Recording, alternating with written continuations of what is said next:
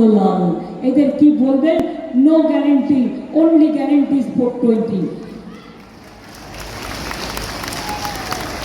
বলছে বিনা পয়সায় বিদ্যুৎ দেবো, দিয়েছে? দিয়েছে? তারা যদি না দেয় তাহলে 420 বাবুদের এ কথায় বিশ্বাস করে একটাও ভোট দেবে না। কাগজে যেগুলো ছবি দিচ্ছে টাকা দিয়ে, 100 দিনের কাজে গরিব লোকেদের টাকা দেয় না। আর মনে রাখবেন, গরিব লোকের পাকা বাড়ি করে দেয় না।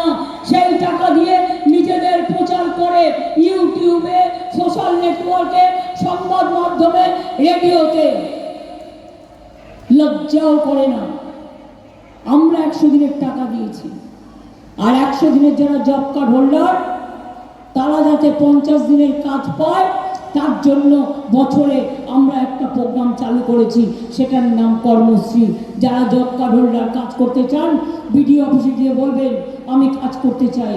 50 দিনের জায়গায় দরকার হলে 60 দিনও দেবো, কিন্তু 3 বছর ধরে ওরা কাজ করতে না দিলেও আমরা কিন্তু কাজ করিয়েছি।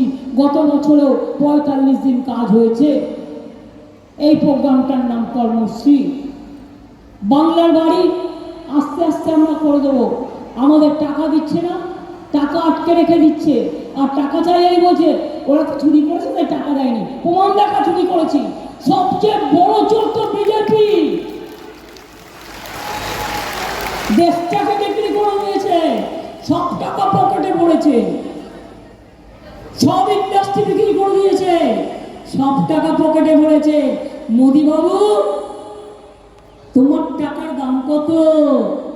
হোম বাবু, তোমার টাকার দাম কত? অর্থমন্ত্রী, তোমার টাকার দাম কত? আর মানুষের জীবনের দাম কত একবার ভেবে দেখেছ?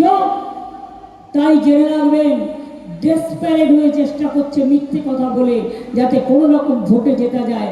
আর ভোটে জেতার পরে এনআরসি করে সবার ধর্ম বাতিল করে দেবে, ইউনিফর্ম সিভিল কোড করে সবার ধর্ম বাতিল করে দেবে। আদিবাসীদের অস্তিত্ব থাকবে না, কুর্মীদের অস্তিত্ব থাকবে না, তপশিলীদের থাকবে না, হিন্দুদের থাকবে না, ভূমিজদের থাকবে না, কারো থাকবে না কোনো অস্তিত্ব, সংখ্যালঘুদের থাকবে না। মোদি দেশে ইলেকশন দেশে আর করতে দেবে না। এটাই লাস্ট ইলেকশন হয়ে যাবে।